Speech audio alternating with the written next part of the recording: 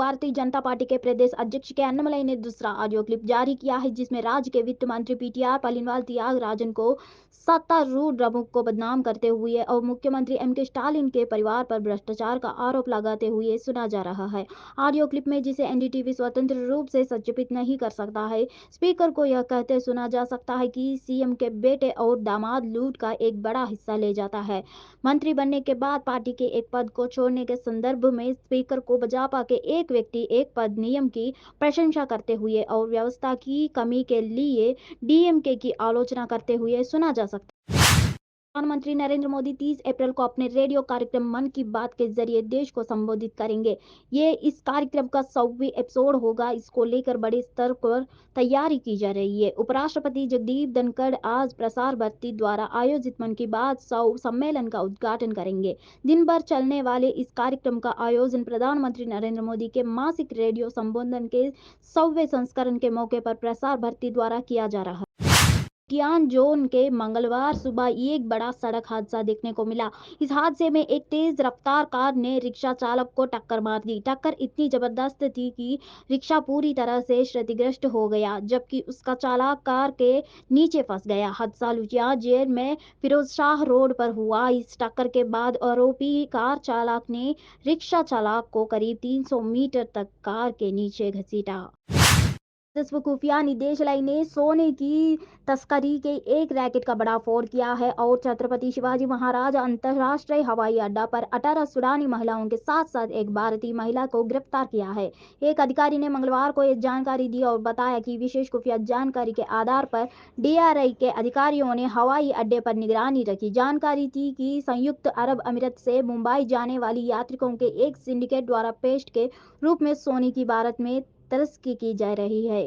अमेरिकी राष्ट्रपति Joe Biden ने औपचारिक रूप में मंगलवार को फिर से अपने चुनाव अभियान की शुरुआत की। उन्होंने साफ कर दिया है कि 2024 के वह एक बार फिर राष्ट्रपति पद के लिए चुनाव लड़ेंगे। जो बाइडेन ने अमेरिकी लोगों से कहा कि उन्होंने जो शुरू किया है उसे खत्म करने के लिए 4 साल का और समय दिया जाए। अमेरिका उपराष्ट्रपति और सबसे ऊंच पद की अश्वेत महिला कमला हैरिस उनके साथ उपराष्ट्रपति पद का चुनाव लड़ेंगे। के लिए मोहब्बत के सामने लुक्स, लक और लाखों की दौलत सब कुछ पानी है। वो लोग रविंद्र शेखरन और एक्ट्रेस महालक्ष्मी के प्यार को खूब समझ सकते हैं और जिनके लिए मोहब्बत ही बेमानी है, उनको जवाब रविंद्र शेखरन और महालक्ष्मी के ताज़ा इंस्टाग्राम पोस्ट से मिल सकता है। दरअसल इनकी जोड़ी को देखकर कमेंट करने वालों को रविंद्र शेखरन और महालक्ष्मी अपने पोस्ट और प्यार भरे कैप्शन के जरिए करार जवाब देते रहते हैं। एक बार फिर रविंद्र शेखरन ने अपनी पत्नी पर पहले ही तरह की प्यार जताया है। 24 मई को सिडनी में क्वाड लीडर समिट की मेजबानी करेंगे। यह पहला मौका होगा जब ऑस्ट्रेलिया की ओर से क्वाड लीडर्स समिट की मेजबानी की जाएंगे। ऑस्ट्रेलिया के प्रधानमंत्री एंथनी अल्बनीज के एक ट्वीट में कहा, ऑस्ट्रेलिया में सिडनी में पहली बार क्वाड लीडर समिट की मेजबानी कर मैं सम्मानित महसूस कर रहा हूँ। कर्नाटक में लिंगायत समुदाय के बड़े नेता बीजेपी के पूर्व मुख्यमंत्री जगदीश शेट्टर और पूर्व उप मुख्यमंत्री लक्ष्मण सावदी अब कांग्रेस में आ चुके हैं। वहीं दूसरी तरफ लिंगायत नेता बीएस येदियुरप्पा मैदान में नहीं है। कांग्रेस इस मुद्दे को उठाकर यह संदेश देना चाहता है कि भाजपा ने येदियुरप्पा को सीएम पद से हटाकर लिंगायत समुदाय का अपमान किया है। केन्स के ऑस्ट्रेलिया के उत्तरी क्षेत्र के लिए एक उड़ान के दौरान बीच फ्लाइट में लड़ाई के बाद 4 यात्रियों को गिरफ्तार कर लिया गया है, जिससे विमान की आपातकालीन लैंडिंग करनी पड़ी। ऑस्ट्रेलिया संघीय पुलिस और एंटी पुलिस ने पुष्टि की है कि गुरुवार को क्वींसलैंड से उत्तरी क्षेत्र के लिए एक अनाम उड़ान के दौरान ये आरोप लगाए गए थे। एएफपी के एक प्रवक्ता ने आउटलेट को बताया, एएफपी को केन्स से ग्रेट आइलैंड जाने वाली एक फ्लाइट में हुई एक घटना में शामिल होने के लिए बुलाया गया था, जिसके कारण गुरुवार 20 अप्रैल को फ्लाइट वापस लौट आई गई थी।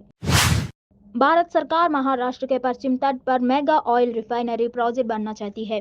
2015 में ही ऐलान किया गया था कि रत्नागिरी में इसका निर्माण किया जाएगा। पहले यह प्रोजेक्ट रत्नागिरी के ननार में बनने वाला था, लेकिन शिवसेना और स्थानीय लोगों के विरोध की वजह से इस प्रोजेक्ट को उस वक्त ठंडे बस्ते में डाल दिया गया था। लेकिन ठाकरे सरकार जब सत्ता में आई तो इस प्रोजेक्ट को ननार के बजाय बरसोसोल गांव में बनाने का प्रस्ताव केंद्र को भेजा। नई सरकार के गठन के बाद एक बार फिर इस प्रोजेक्ट के शुरू होने की हलचल तेज हुई, लेकिन अब बरसू गांव की साइट पर स्थानीय लोगों ने इस प्रोजेक्ट का विरोध शुरू कर दिया है। लोगों का डर है कि इस प्रोजेक्ट की वजह से यहां का वातावरण और पानी दूषित हो जाएगा।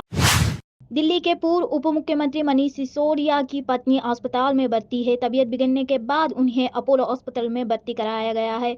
आम आदमी पार्टी के संयोजक और दिल्ली के मुख्यमंत्री अरविंद केजरीवाल बुधवार को उनसे मिलने अस्पताल पहुंचे। मुलाकात के बाद उन्होंने इस गंभीर बीमारी पर चिंता जताई। दिल्ली में वर्ष 2016 से 2022 के दौरान दी गई बिजली सब्सिडी के विशेष ऑडिट की शर्त एवं कानूनी स्थिति के बारे में दिल्ली बिजली नियामक आयोग जल्द ही सरकार से स्थिति स्पष्ट करने को कहेंगे।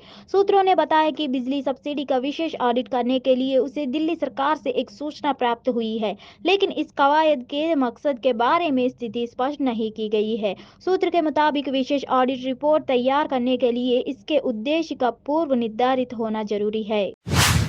मध्य प्रदेश के दार जिले में सरदारपुर तहसील के आदिवासी अंचल क्षेत्र ग्राम जलोकिया में शादी समारोह में डांस के दौरान एक फौजी ने अपने मुंह में ही रॉकेट रखकर जला दिया, जिसमें अचानक ब्लास्ट हो गया और युवक की मौके पर ही मौत हो गई। सूचना पर इंदौर से एफएसएल की टीम मौके पर पहुंची और पंचनामा बनाने के साथ जांच शुरू की गई है। बाहुबली मुख्तार अंसारी की मुश्किलें बढ़ गई है।